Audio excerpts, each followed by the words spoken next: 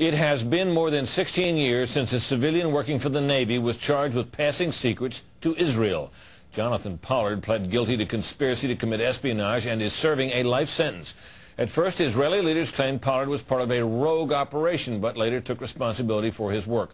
Now, Fox News has learned some U.S. investigators believe that there are Israelis again very much engaged in spying in and on the U.S., who may have known things they didn't tell us before September 11th.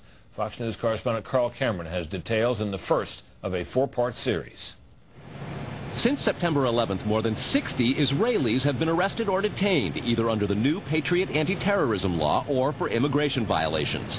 A handful of active Israeli military were among those detained, according to investigators, who say some of the detainees also failed polygraph questions when asked about alleged surveillance activities against and in the United States. There is no indication that the Israelis were involved in the 9/11 attacks, but investigators suspect that the Israelis may have gathered intelligence about the attacks in advance and not shared it. A highly placed investigator said there are, quote, tie-ins, but when asked for details, he flatly refused to describe them, saying, quote, evidence linking these Israelis to 9/11 is classified. I cannot tell you about evidence that has been gathered. It's classified information.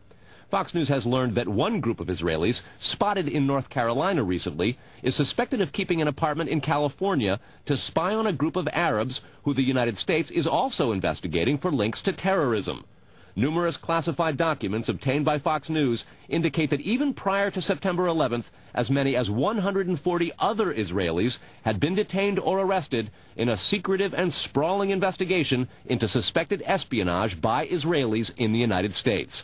Investigators from numerous government agencies are part of a working group that's been compiling evidence since the mid-90s. These documents detail hundreds of incidents in cities and towns across the country that investigators say, quote, may well be an organized intelligence gathering activity. The first part of the investigation focuses on Israelis who say they are art students from the University of Jerusalem and Bezalel Academy. They repeatedly made contact with U.S. government personnel, the report says, by saying they wanted to sell cheap art or handiwork. Documents say they, quote, targeted and penetrated military bases, the DEA, FBI, and dozens of other government facilities, and even secret offices and unlisted private homes of law enforcement and intelligence personnel. The majority of those questioned, quote, stated they served in military intelligence, electronic surveillance intercept, and or explosive ordnance units.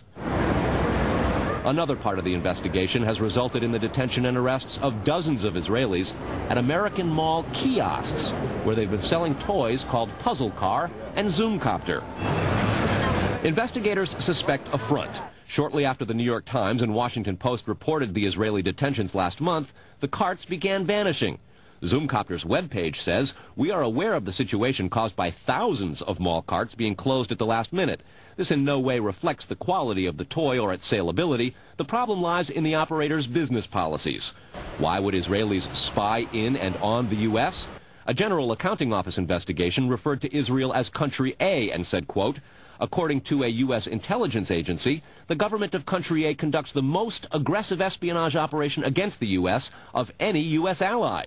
A defense intelligence report said Israel has a voracious appetite for information and, quote, the Israelis are motivated by strong survival instincts which dictate every facet of their political and economic policies. It aggressively collects military and industrial technology, and the U.S. is a high priority target. The document concludes, quote, Israel possesses the resources and technical capability to achieve its collection objectives. A spokesman for the Israeli embassy here in Washington issued a categorical denial, saying any suggestion that Israelis are spying in or on the U.S. is, quote, simply not true.